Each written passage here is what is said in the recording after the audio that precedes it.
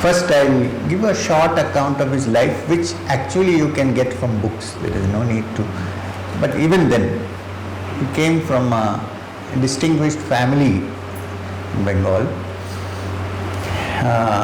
There are some peculiarities in Swamiji's birth also. It's not as if people say he built himself up and became a great spiritual giant. I personally feel that he was born to be that. Swamiji's grandfather, Durga Prasad, was a lawyer.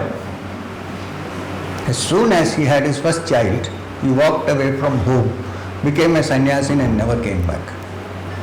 His grandfather. So, there is something in the genes. So, he was there. Then, his father, of course, was not religiously inclined, but he was Vishwanath Datta. And his mother was Bhuvaneshwari Devi. He was not religiously inclined, but he was such a straightforward man. He was also a lawyer. He was so straightforward and truthful that by the time he passed away, which was very early, when Swamiji was very young, there were so many suits against legal proceedings going on about his house. There was no money left. He had heavily borrowed. When he was alive, everybody thought he was a very rich man, but when he died, they suddenly discovered that he had nothing. From this background came Narendranath Datta. In the beginning, his mother had named him Bireshwar, actually, because he would do all kinds of mischief when he was young.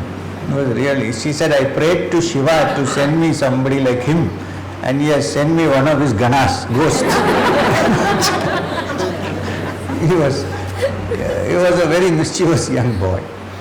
That mischief, I think, was a expression of his energy, which later on was channelized into such great spiritual things. So as a young man, Swamiji grew up here. As a young man, he also had the habit of sitting down sometimes, closing his eyes, doing puja for a Shivlinga, and meditating and so on, side by side with the mischief.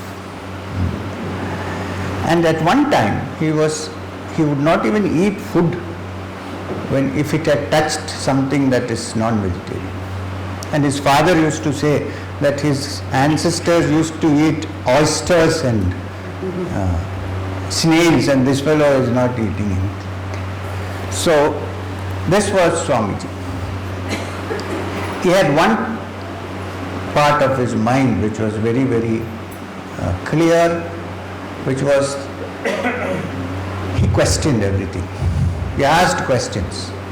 He was not satisfied with second-hand information. He always wanted first-hand information.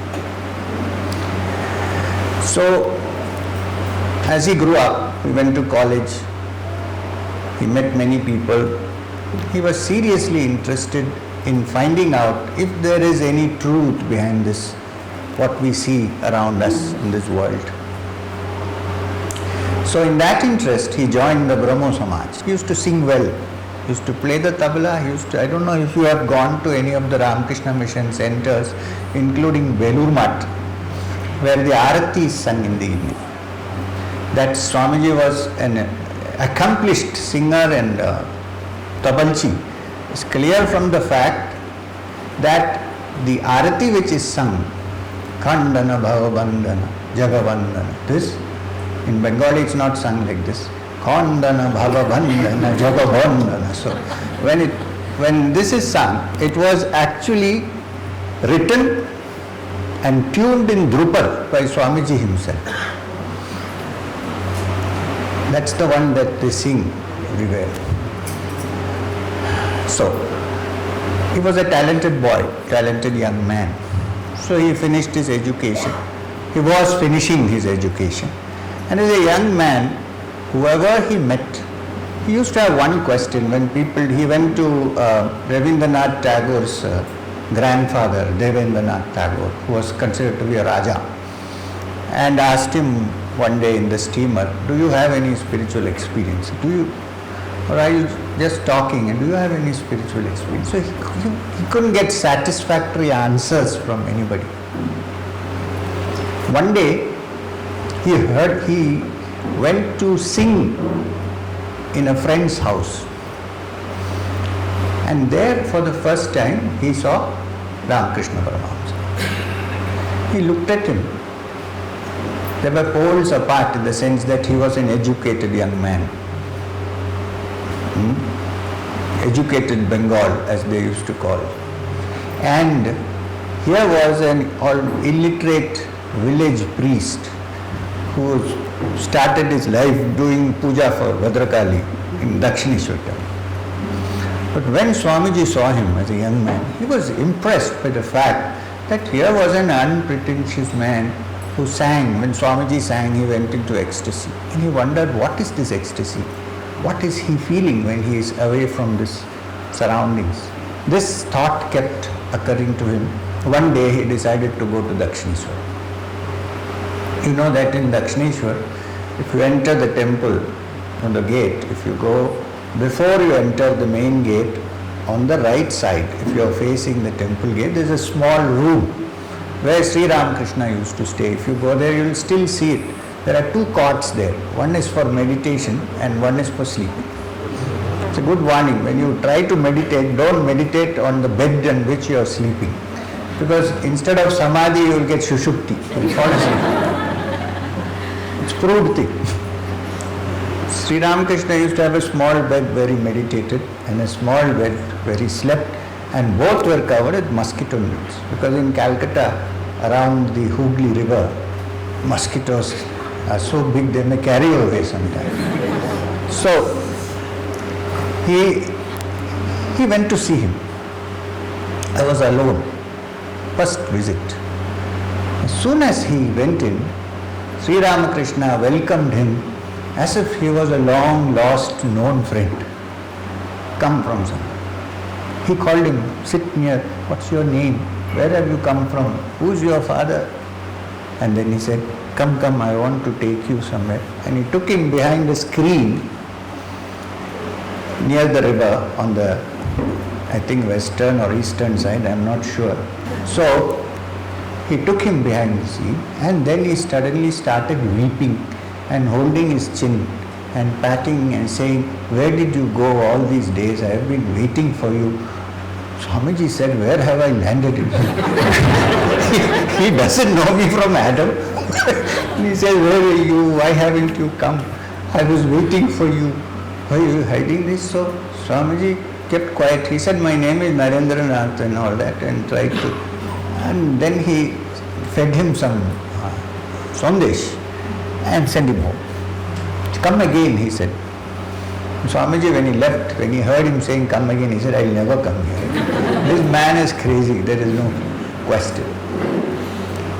But many days later, there was a feeling in him that he must again go and see him. Even though he said, I'm not coming here, he is crazy, he went. That day something extraordinary happened. He asked him, have you actually seen God? Everybody is saying this. He said, you have any doubt? I have seen him and felt him more clearly and better than I am seeing you in front of me. Nobody had said this to him before with such surety and, he said, I have seen you, I have seen God, I have experienced God as clearly and better than I am seeing you in front of me. And then while talking, he was sitting with one foot down and one foot folded on the bed. Naren, Swamiji was sitting down. He went into a trance. In that half smiling manner, he slowly put his toe on his chest with the right hand, right foot. This young man who was always asking questions was so who said that his will was so strong that nobody could influence him, and so on and so on. As soon as the foot touched the chest, he suddenly felt that everything was revolving around him and disappearing. There was only a sea of light, everything was revolving and disappearing, and he himself was about to become null and void. When that stage came, he shouted loudly, "What are you doing to me? I am Narendranath Datta, son of Vishwanath." So he smiled and patted him on his chest and said, come back, we'll do it afterwards. After this, Swamiji could not miss going naturally. He always went, but believe me, not anybody else has got that experience from him so like this. There was one Swamiji who got it and one teacher who gave it. It's not as if it was distributed for free, which means the recipient was ready to receive. And he had found the right receptacle. Also he had something to give. That is there. So, after that Swamiji used to go, they had various different discussions on various things. Swamiji first went with the Brahma Samaj attitude, and very soon he melted and began to say that, well, the mother also is a manifestation of the divine and so on, and it's quite a long thing that they spent. But one thing was clear, in a few years everybody learned that Naren, Swami Vivekananda, is the main chief disciple. He himself said that he will lead. Even though he had other direct disciples who were highly spiritual, he selected Swamiji separately for this task of spreading his mission and spreading what he wanted to spread. Then, till the last, Swamiji had many questions which Sri Ramakrishna sorted out in his own experiential way. Not theory, but experiential way. And so it was a great love affair between the Guru and the disciple, which is unheard of, unparalleled in the literature of the spiritual journey.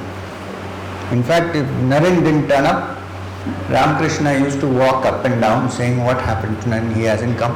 Somebody used to remind him, you are a Paramahamsa, why are you attached to this boy? And he used to say, I am not attached to this boy, don't say that. Next time you say that, I won't look at your face, but I am waiting for Naren. So it is said that whatever he had, he passed it on to Naren. Because when he was very ill, you know that Sri Ramakrishna fell ill when these boys were still quite young. And they had not taken sannyas yet. Although when he was ill, he distributed few dhotis which were saffron colored to the boys. But he gave it only to the boys, he didn't give it to anybody else. M also used to go there, he never gave it. Although every Sunday he used to sit there and jot down all that went on between the teacher and the taught. And that collection is called the Gospel of Ramakrishna. It's a wonderful book to read for anyone on a spiritual journey. But it contains only Sunday reminiscences, basically.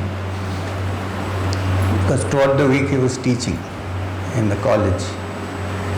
So, when Ramakrishna fell ill, there came a stage when he had cancer of the throat and he could not even drink a drop of water.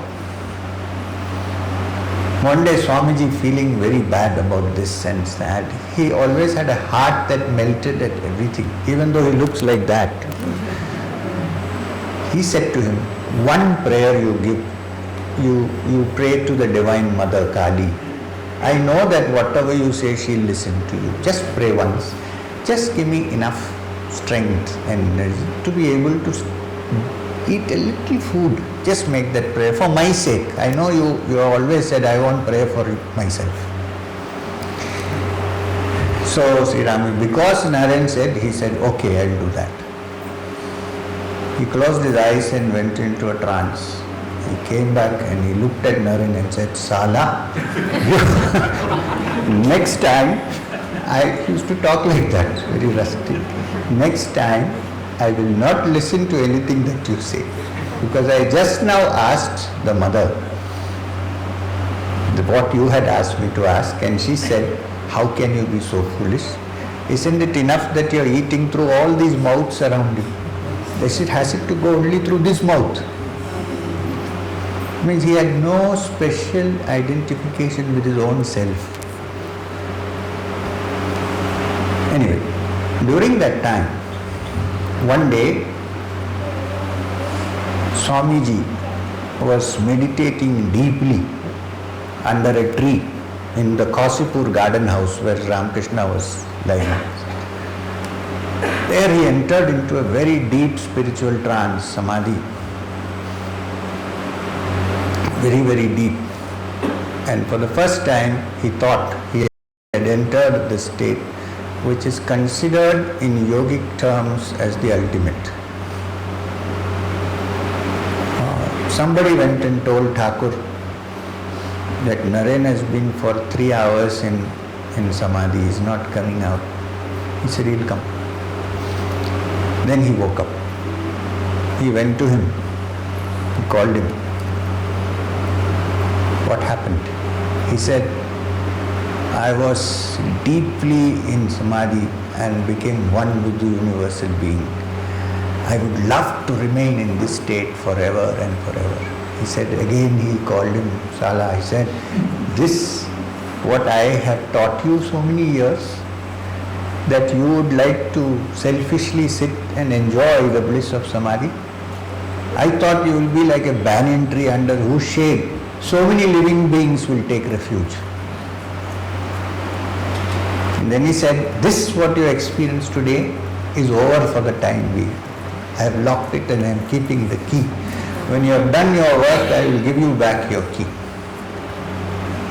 And what was the work?